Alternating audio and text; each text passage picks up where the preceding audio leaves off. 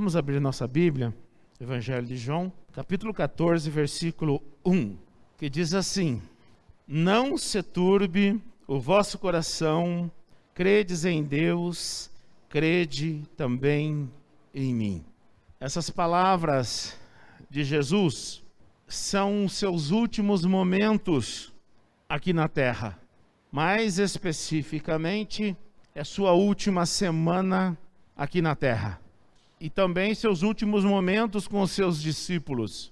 E ele quis trazer aqui, nessas palavras, uma segurança a seus discípulos e trazer algumas revelações. Ele diz assim, não se preocupem, não preocupem o coração de vocês.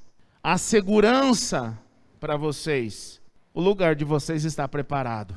Isso é um conforto para os discípulos ou para quem anda com o Senhor. Foi para eles e seria para nós. Já pensou nós receber uma notícia dessa da boca do nosso Senhor? Não se preocupe, o teu lugar está preparado. Que alegria, que segurança isso seria, né? Para cada um de nós.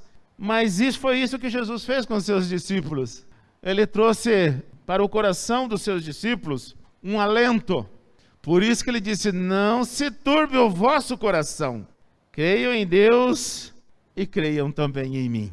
A insegurança dos discípulos não estava apenas na possibilidade de perder o seu mestre, porque um pouco antes ele tinha falado expressamente da sua partida, mas estava na fragilidade de fé deles e eles sabiam.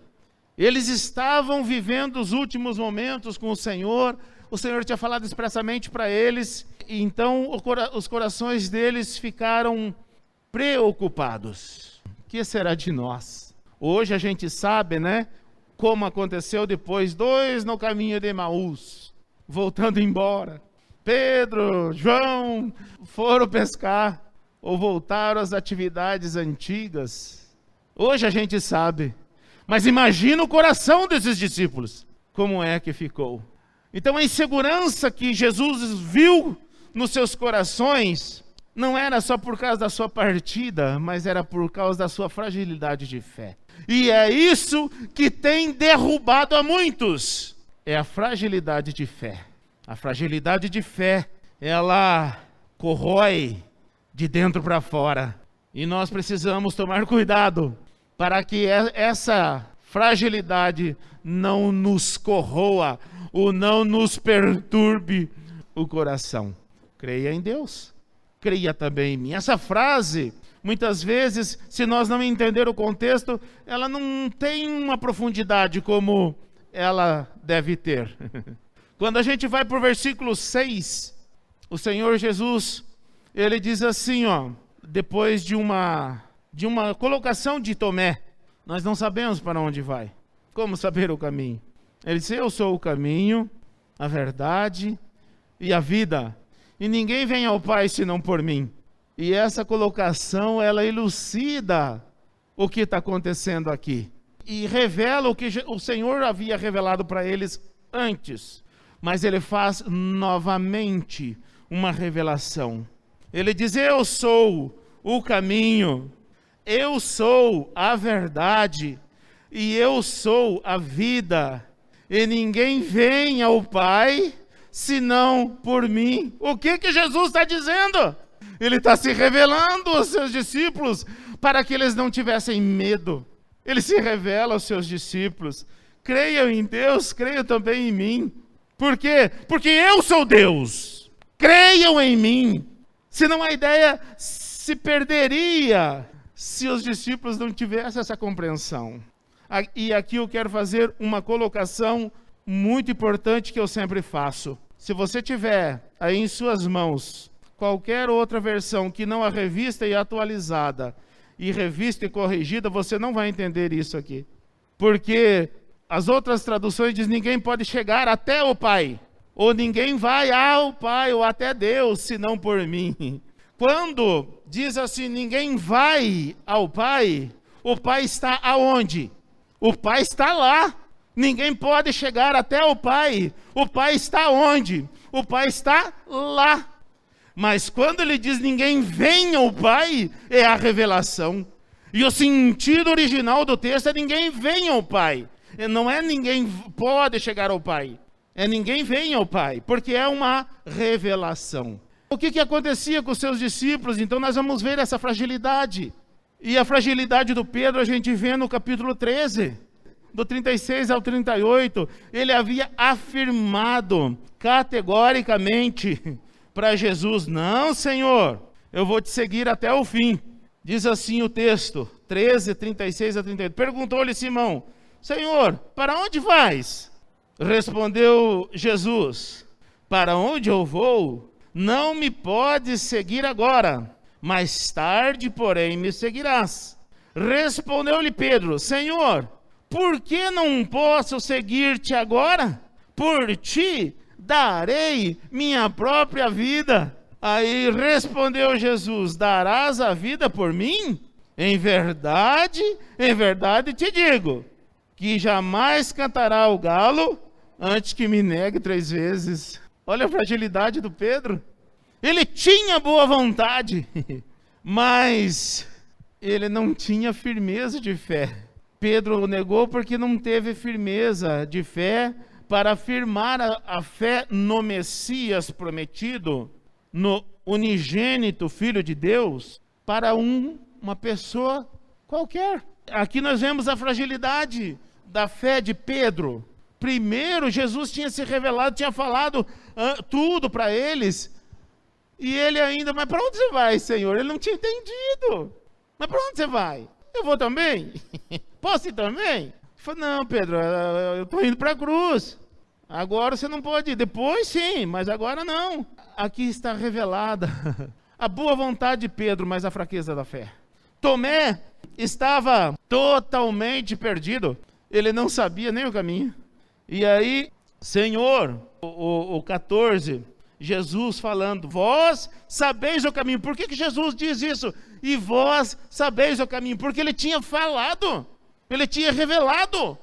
Aí ele diz: e vós sabeis o caminho que eu vou. Aí disse-lhe Tomé: Senhor, nós não sabemos para onde vais, como saber o caminho? O Tomé estava totalmente perdido.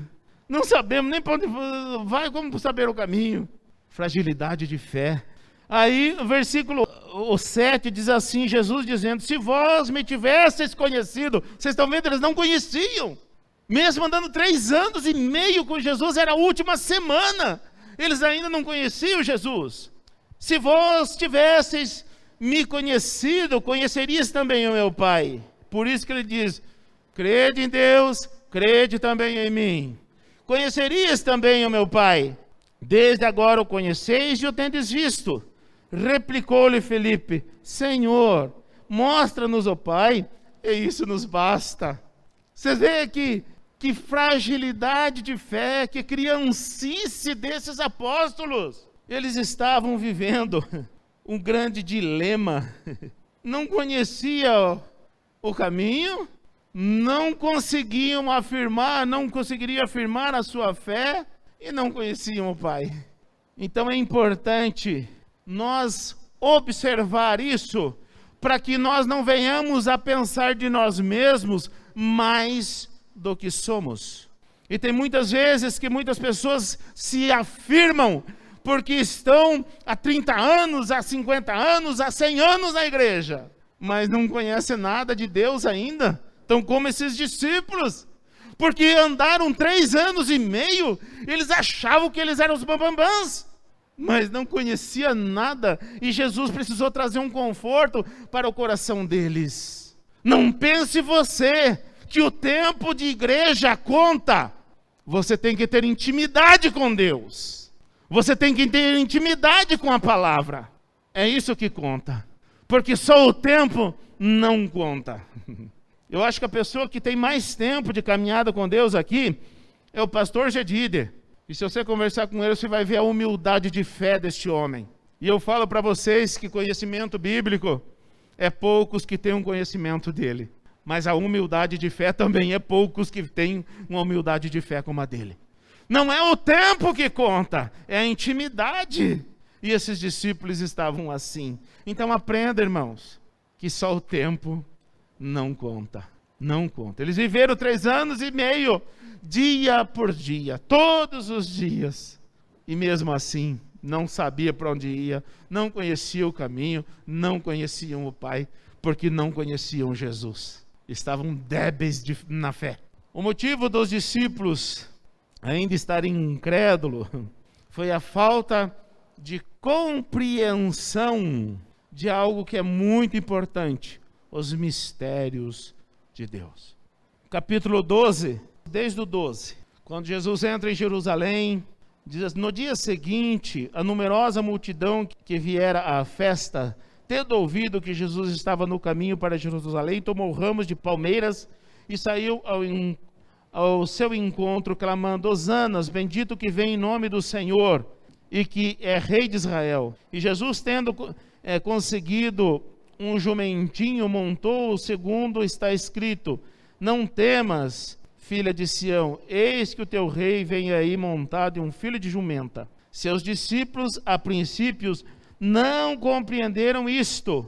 Quando, porém, Jesus foi glorificado, então eles se lembraram de que estas coisas estava escrito a respeito dele, e também de que isso lhe fizeram.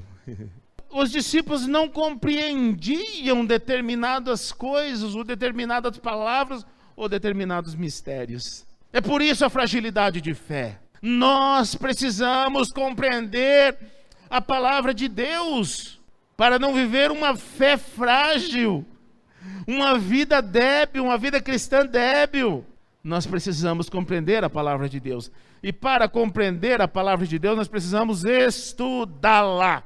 Não basta ler, nós precisamos estudá-la. E eu vou falar para vocês, esse versículo 6, eu bati nele para compreender, porque hoje tem o Google, mas quando eu estudava não tinha Google, não. E a melhor coisa que alguém pode receber é a revelação de Deus e não do Google. E as pessoas hoje estão mal acostumadas.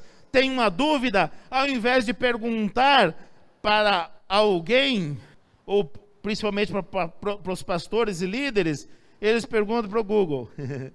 E vem a resposta. Mas eu bati para compreender, e eu lia, mas como assim ninguém vem? Está errado, a grafia está errada.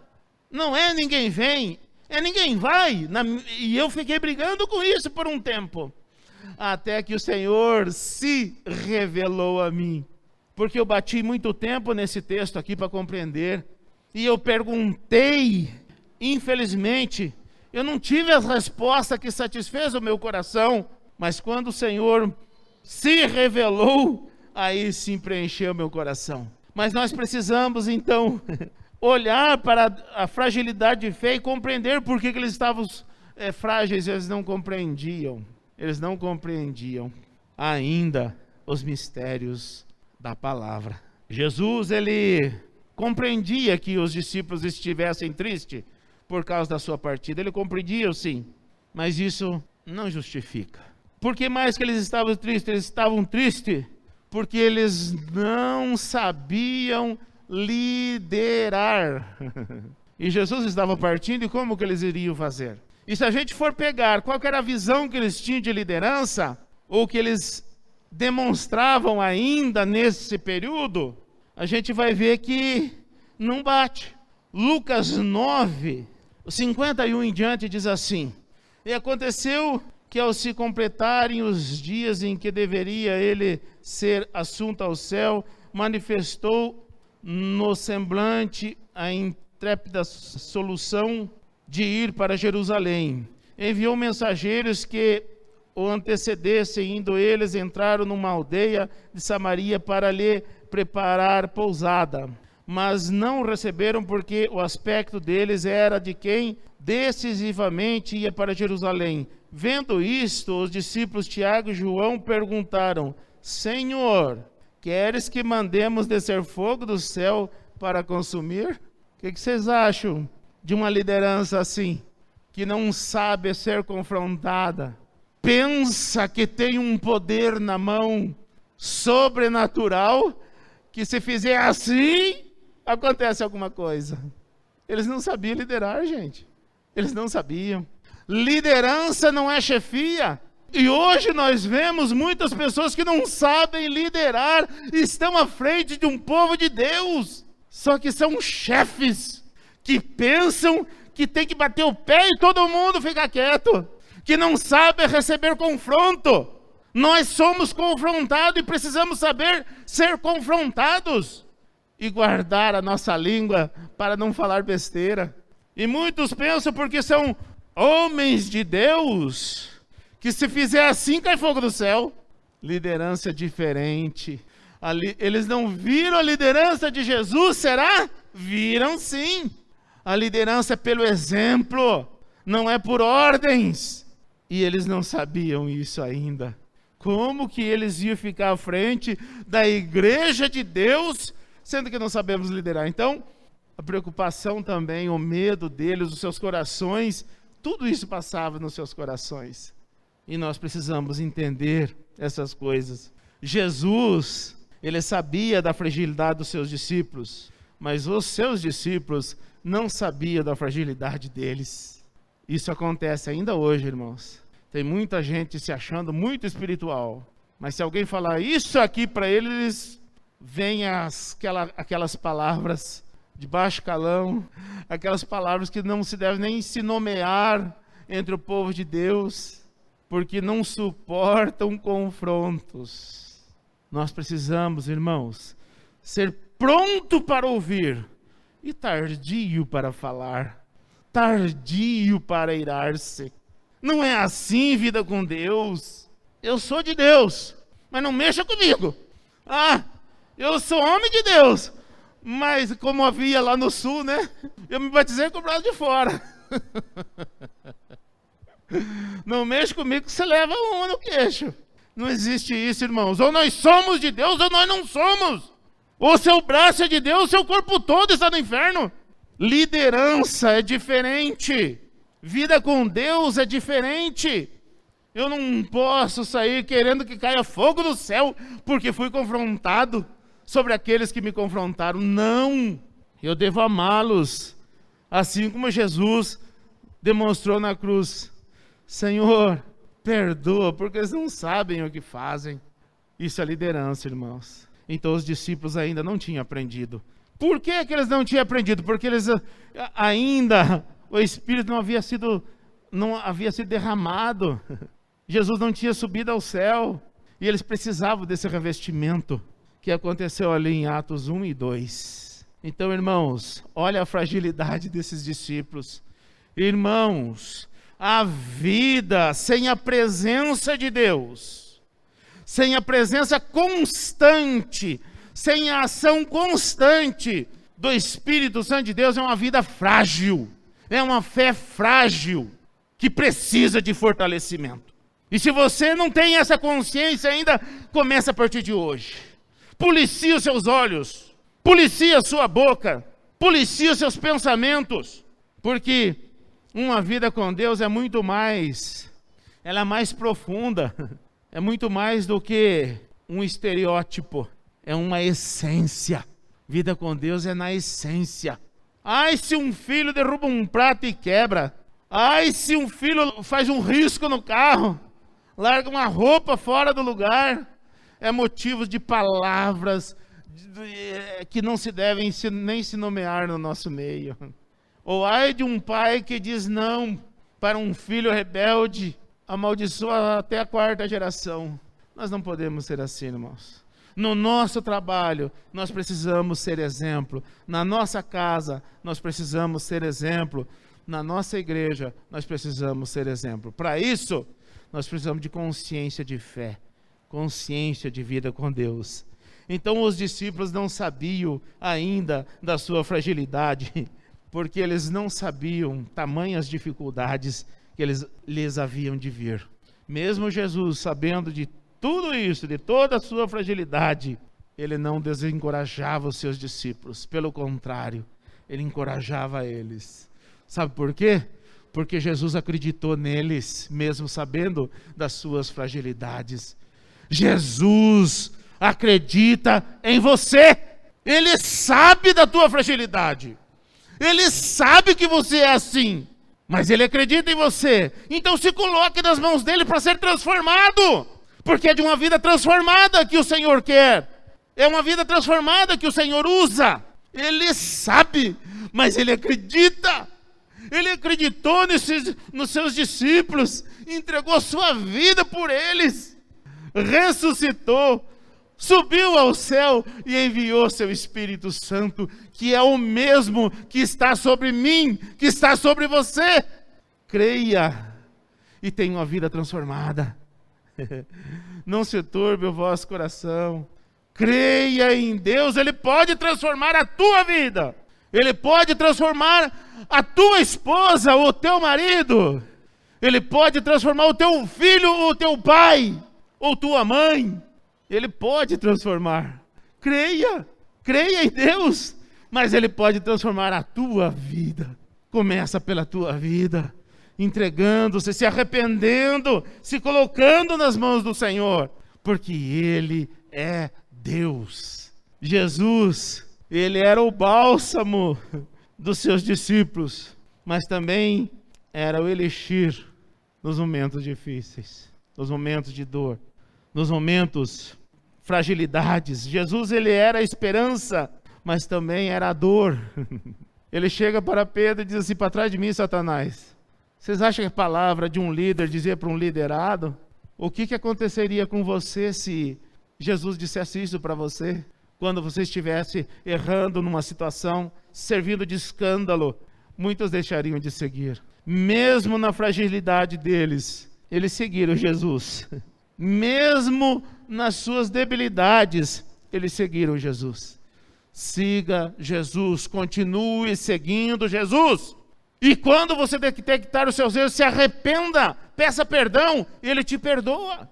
Ele perdoou Pedro, Ele perdoou Tomé, Ele perdoou os seus discípulos, perdoou a tantos, perdoou aqueles que o crucificaram. Se arrependa e peça perdão também, Ele te perdoa. Ele pode te perdoar. Jesus, Ele era o caminho, a verdade e a vida, mas Ele jamais facilitou a vida dos seus discípulos. Ele jamais passou a mão na cabeça dos seus discípulos. Nós não podemos pensar que Deus vai fazer diferente conosco. Ele realmente, Ele é em quem nós podemos nos refugiar, mas não podemos achar que Ele vai passar a mão na nossa cabeça porque sou eu, ou porque é você, ou porque você faz isso ou faz aquilo. Ele é juiz justo, Ele é Senhor eterno, Ele não fará isso. Não se turbe o vosso coração. Por que Jesus disse isso? Porque o nosso coração, que não pode ser afetado pelas circunstâncias da vida. E Paulo diz assim, tomem cuidado, para que o vosso coração não se carregue com as coisas dessa vida, com as coisas cotidianas, para que aquele dia não vos pegue de surpresa. O Rei está voltando. Não se esqueça disso. Jesus está voltando, aleluia. Ele vem me buscar. Eu me alegro de ouvir essas palavras, o meu coração se alegra, porque eu não vejo a hora que Ele venha me buscar. Mas o meu coração, eu preciso ter um cuidado todo especial. Cuide do seu coração, porque se o teu coração é afetado pelas circunstâncias da vida, toda a tua vida perecerá. Toda a tua vida perecerá. Apesar de Jesus avisar os seus discípulos por muitas vezes, eles deixaram a tristeza afetar o seu coração, porque eles voltaram para Emaús, eles voltaram a pescar. Que isso sirva de exemplo para nós. Não se ache mais forte do que você é. Não se ache mais espiritual do que de fato você é. Não se ache mais humilde do que você realmente é. Normalmente esses excessos mostram exatamente ao contrário. Quem se acha muito humilde é porque é orgulhoso. Quem se acha muito espiritual é porque é carnal. Foi isso que afetou o coração dos discípulos, as circunstâncias da vida, a dor, a tristeza, e eles voltaram. O nosso coração, ele deve estar sempre livre para Deus, deve estar sempre em Deus, deve estar sempre amando a Deus, servindo a Deus. Nunca espere que a caminhada com Cristo seja sombra boa e água fresca, porque nunca foi e nunca será. Ame o Senhor de todo o teu coração. Procure conhecê-lo como realmente, como de fato Ele é. E seja um discípulo de Cristo. Ele te ama. Ele te ama. Ele te quer. Ainda ou apesar das suas fragilidades. Ele ainda te quer. Ele quis esses discípulos. Por que ele não iria querer a mim e a você? Ele ainda nos quer. Ele ainda te quer. Que o Senhor nos abençoe. Que nós possamos entender quem Jesus é, para que nós possamos servi-lo como Ele de fato quer.